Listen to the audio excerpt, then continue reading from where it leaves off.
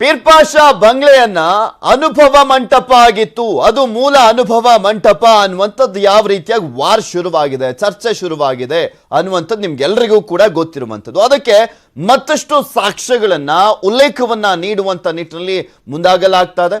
ಇದೇ ಈಗ ಒಂದು ಟ್ವಿಸ್ಟ್ ಸಿಗ್ತಾ ಇರುವಂಥದ್ದು.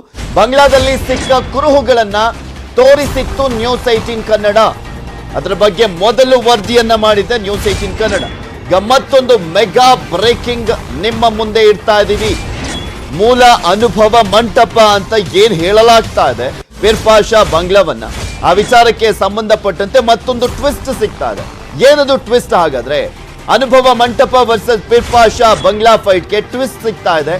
ಬಂಗ್ಲಾ ಜಾಗ ಅನುಭವ ಮಂಟಪ ಆಗಿತ್ತು ಅನ್ನುವಂಥದ್ದು ನಿಜಾನ ಹಾಗಾದ್ರೆ ಅನ್ನುವಂಥ ಪ್ರಶ್ನೆ ಇದ್ದಿದೆ.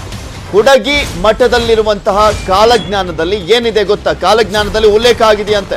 ಹಾಗಾದ್ರೆ ಕಾಲಜ್ಞಾನದಲ್ಲಿ ಏನಿದೆ ಅನ್ನುವಂಥದ್ದನ್ನ ಹೇಳ್ತಾ ಹೋಗ್ತೀನಿ ನಿಮ್ಗೆ.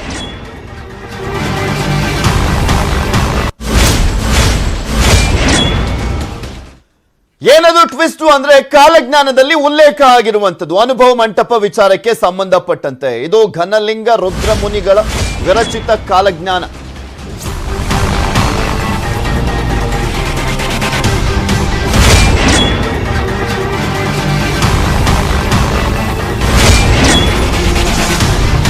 ಇದು ಘನಲಿಂಗ ರುದ್ರಮುನಿಗಳ ವಿರಚಿತ ಕಾಲಜ್ಞಾನ. ಬೀದರ್ ಜಿಲ್ಲೆಯಲ್ಲಿರುವಂತಹ ಮಠದಲ್ಲಿದೆ ಕಾಲಜ್ಞಾನ. ಇದು ಹುಮನಾಬಾದ್ ತಾಲೂಕಿನ ಹುಡಗಿ ಮಠದಲ್ಲಿದೆ ಈ ಕಾಲಜ್ಞಾನ.